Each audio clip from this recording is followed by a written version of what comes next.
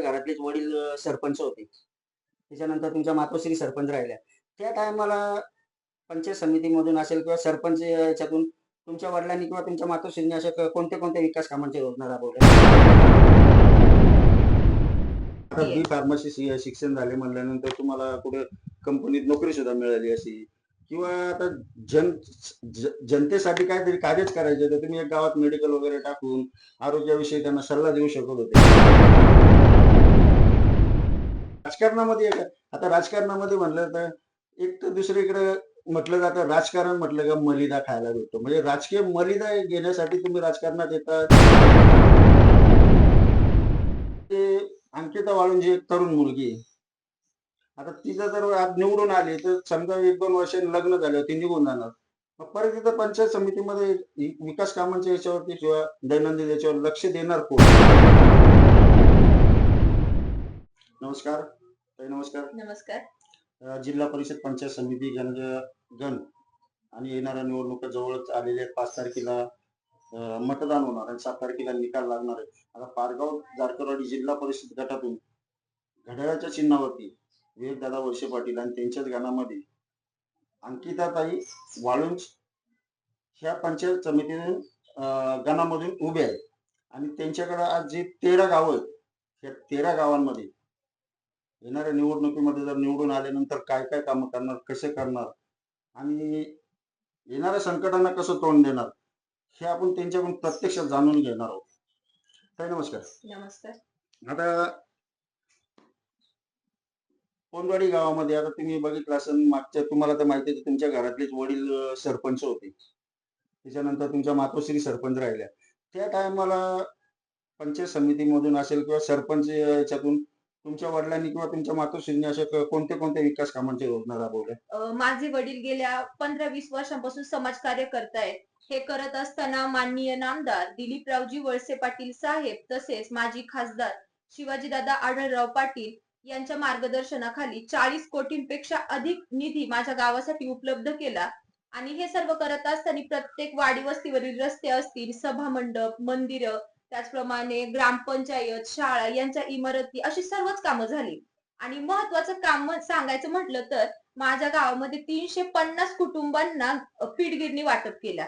350 कुटुंबांना? हो, 350 कुटुंबांना. अजून कोणत्या? त्याचबरोबर ऍट अ टाइम आम्ही 23 घरकुलं मंजूर करून आणली होती. शेती अवजारे असतील, त्याचसोबत मग स्ट्रीट लाईट साठी 150 पोल देखील मंजूर केले होते. अशी भरपूर विकास कामं केली. आणि खरं सांगायचं म्हटलं तर आम्हाला कालावधी हा कमी मिळाला होता. पण या कालावधीत देखील आम्ही भरपूर कामं करण्याचा माझे आई असेल, वडील असेल यांनी भरपूर प्रयत्न केला. आणि इथून पुढच्या काळात देखील मी नक्कीच माझ्या या पूर्ण गणाचा विकास करण्याचा प्रयत्न करीन. आता तुम्ही पंचायत समितीच्या निवडणुकीला पंचायत राज मधून तुम्ही निवडणुकीला सामोरे जाता. आता तुमचा दिनक्रम कसा असतो? सकाळी उठणं, जनतेपर्यंत तुम्ही कधी पोहोचता? म्हणजे तुमची घरची कामं उरकल्यानंतर जनतेला काय संदेश देता? तुम्हाला प्रतिसाद कसा भेटतो जनतेमधून? मी सकाळी 5 वाजता उठते, एक्सरसाइज, मेडिटेशन वगैरे उरकून त्याच्यानंतरला एक 7 वाजता घराबाहेर पडते. त्याच्यानंतर दशक्रिया असेल, अंत्यविधी असेल असे कार्यक्रम करते, भेटीगाठी होतात. त्याच्यानंतर माझा खरा प्रचार दौरा हा 8 वाजता चालू होतो. आणि त्याच्यानंतर मग माझं मेन उद्दिष्ट हे माझ्या महिला वर्गाला भेटणं, त्यांच्या समस्या जाणून घेणं आणि त्याच्यानंतर मग शेतकरी बांधव वगैरे असतील त्यांच्याशी मी चर्चा करते. आणि महत्वाचं म्हणजे कसं आपल्या भागामध्ये शेतकरी वर्ग जास्त आहे, त्याच्यामुळे 11 नंतर माझा त्यांच्याशी कॉन्टॅक्ट होत नाही. म्हणून मग मी गावात जाते, बाजारपेठांमध्ये जाते आणि तिथे जाऊन आमचा प्रचार दौरा सुरू होतो. आता तुम्ही प्रचाराला जाताना एकटेच असतात का प्रदीपदादा पण असतात तुमच्या बरोबर? विवेकदादा पण असतात? हो असतात, प्रदीप दादा असतात, कधी विवेक दादा पण असतात. आणि तसं मी स्वतः पण फिरते. माझा दिवसभर प्रचार दौरा हा चालू असतो. रिस्पॉन्स कसा भेटतो जनतेकडून? खरं महिला, सांगायचं खास करून महिला वर्ग, कारण तुम्ही एक महिला असल्यामुळे महिला रिस्पॉन्स कसा हो, भेटतो? नक्कीच. प्रतिसाद सांगायचं म्हटलं ना तर खूप म्हणजे खूप छान प्रतिसाद मिळतोय. अक्षरशः प्रत्येकाच्या घरी गेले ना असं महिला वर्ग माझ्याकडे काहीतरी आशेने पाहतोय, की बाबा ही पोरगी आलीये, ही काहीतरी करील, आपलं काहीतरी असं ते सर्वजण समस्या मांडतात. आज देखील आता गेल्या 3-4 महिन्यापासून मी लोकांमध्ये जातीये. खूप प्रश्न आहेत तसे लोकांचे, पण माझ्या महिला वर्ग साईडला घेऊन मला हे प्रश्न सांगतायत आणि त्याच नंतर औक्षण करतायत. विजयरूपी तिलक लावतायत. आणि जे माझे वयस्कर आजी आजोबा आहेत ना ते अक्षरशः असं जवळ घेतायत, मिठी मारतायत आणि डायरेक्ट म्हणतायत तू काळजी करू नको, आम्ही तुझ्या पाठीशी आहे. म्हणजे साईडला घेऊन काय बोलतात नेमकं? आता कसं राहते, एक महिला वर्गाचे प्रश्न असतात, मग त्याच्यावरती त्या खूप बोलतात. आता महत्वाचं सांगायचं म्हटलं तर आपल्या गाव लेवलवरती पाणी असेल, वीज असेल, आता दैनंदिन योजना दैनंदिन त्याचा गोष्टी आहेत. वापरावं लागतं हो महिलांच्या त्या दैनंदिन. मग तो पण आता विचारतो पंचायत राजमध्ये जर एकदा निवडणुका निवडून आल्यानंतर त्याच्यामधल्या 4-5 योजना या गरजेच्या असतात गावामध्ये. मग त्याला त्यांनी सांगितलं होतं, तुम्ही त्यांना आश्वासन काय दिलं का या दैनंदिन गरजा असतात त्या कशा राबवणार तुम्ही? आता पाणी असेल, वीज असेल, हे आपल्या गरजा आहेत, हे आपल्याला रोज लागतात. आणि एक महिला वर्गाचं कसं राहतं, बाबा सकाळी उठायचं, घरचं सगळं उरकायचं आणि त्याच्यानंतर हो. त्यांना शेतावर जायचं असतं. आणि जर एखाद्याला पाणी वेळेत नाही आलं, तर मग ते पाणीवाल्याला काय बोलतील हे सांगूच शकत नाही. ग्रामपंचायतीला ग्रामपंचायतीला असं. मग हे काही काही लोकांचे मला प्रश्न अनेक आहेत. अनेक विषयावरती शिवाय हा देतात. पाणी नाही आलं मी काम कधी करू, भांडी कधी हो घासून, कामाला कधी जाऊ? हे खूप प्रश्न आहेत त्यांचे. पण मी माझ्या महिलांना एक शब्द दिलाय, येणाऱ्या काळामध्ये मी नक्कीच हे प्रश्न सॉल्व्ह करण्याचा प्रयत्न करीन आणि तुमच्या यांच्या समस्या सर्व जाणून घेते व याच्यावर मी नक्कीच काम करणार आहे. जसं माझ्या पोंदेवाडी गावामध्ये आज बरेच प्रश्न होते, पण माझ्या वडिलांनी 15-20 वर्षांपासून इथे लक्ष घातलं आणि आज रोजी माझ्या पोंदेवाडी गावाचा तसं म्हणजे सर्वांगीण विकास केलेला आहे. तसं मी या 13ही गावांचा विकास करेन. एखादी योजना पंचायत राज मधून जर समजा तुम्हाला नाही राबवता आली, समजा ती आपल्याला राबवायची गावामध्ये, काही त्या योजना मंजूर होत नाहीत. मग ती योजना राबवण्यासाठी जर नाहीच होत असेल, तर तुम्ही कोणत्याकडे मागणी करणार? हो, म्हणजे असं भरपूर वेळेला होतं, की काही काही योजना असतात त्या वरून नाही येत. पण त्या लोकांमध्ये ती गरज राहते, की बाबा ही गोष्ट कंप्लीट झाली पाहिजे. जर ते माझ्या लेव्हलवर असेल, तर मी नक्की तो करण्याचा प्रयत्न करीन. पण कसं राहतं, काही गोष्टी ह्या पंचायत समितीवरती, ग्रामपंचायतवरती सुटत नाही. त्यावेळेला मी जिल्हा परिषदेच्या मार्फत करीन आणि तरीही नाही झालं, तर आपले आंबेगाव तालुक्याचे भाग्यविधाते माननीय नामदार दिलीपरावजी वळसे पाटील साहेब यांच्या मार्फत सोडवण्याचा नक्की प्रयत्न करीन. व मला या गोष्टीची गॅरंटी आहे, की आपले साहेब हा प्रश्न नक्की ऐकून घेऊन त्याच्यावर मार्ग देणार. त्या गोष्टीला तुम्हाला साथ देणार आहे, तुम्हाला 100% भरोसा आहे. हो, 100% भरोसा आहे. आता तुझा भरोसा हा पण एक महत्वाचा असतो. आता तुम्हाला शेवटचा प्रश्न म्हणजे एकदम महत्वाचा आहे. तुमचं शिक्षण किती झालेलं आहे? माझं बी फार्म कंप्लीट झालंय आणि सध्या मी एमबीए मग आता करतेय. बी फार्मसी शिक्षण झाले म्हणल्यानंतर तुम्हाला कुठे कंपनीत नोकरी सुद्धा मिळाली अशी किंवा आता जन जनतेसाठी काहीतरी कार्यच करायचे तर तुम्ही एक गावात मेडिकल वगैरे टाकून आरोग्याविषयी त्यांना सल्ला देऊ शकत होते. म्हणजे राजकारणामध्ये आवड म्हणजे एक हा मुद्द्याचा प्रश्न राजकारणामध्ये आता राजकारणामध्ये म्हणलं तर एक तर दुसरीकडे म्हटलं जातं राजकारण म्हटलं का मलिदा खायला भेटतो. म्हणजे राजकीय मलिदा घेण्यासाठी तुम्ही राजकारणात येतात का खरंच तुम्हाला समाजाचं कार्य करायचं? पहिली गोष्ट तर माझं बी फार्म कंप्लीट झालेलं आहे आणि जे माझे एज्युकेशन आहे ते मी बारामती सारख्या आणि पुण्यासारख्या ठिकाणी कंप्लीट केलंय. ही गोष्ट मी हायलाइट पद्धतीने सांगतेय. कारण जेव्हा मी बारामती शिक्षणाला गेली होती ना, असं कोणतीच गोष्ट नाही की जी बारामतीत नाही. विकासाची. हो, सगळ्या गोष्टी बारामतीत. आणि आपल्याकडे एक जुन्या लोकांची म्हण आहे, "पुणे तिथे काय उणे." पुण्यात देखील सर्व गोष्टी. मग तेव्हा मी 11वीत होती. मला तेव्हा हा प्रश्न पडला होता. अरे, यांच्याकडे सगळे मग माझ्या गावात का नाही? माझ्या पोंदेवाडी गावाला का आदर्श पुरस्कार नाही भेटावा? आज आपण एवढं सगळं करतो, मग आपल्या गावाचं नाव का नाही मोठं व्हावं? म्हणजे कावडेवाडी असेल, मेंगडेवाडी असेल, हो, आता त्यांना आदर्श गाव पुरस्कार भेटलाय. म्हणजे ते एक तुमच्या मनामध्ये हो. बसलं.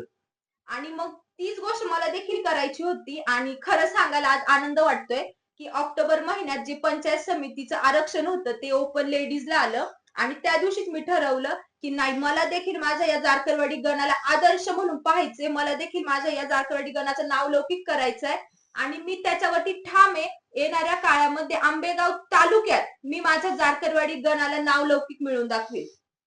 जे तुम्ही जारकरवाडी गाण्यासाठीच का आता तुमच्या गाण्यामध्ये 13 गाव आहेत.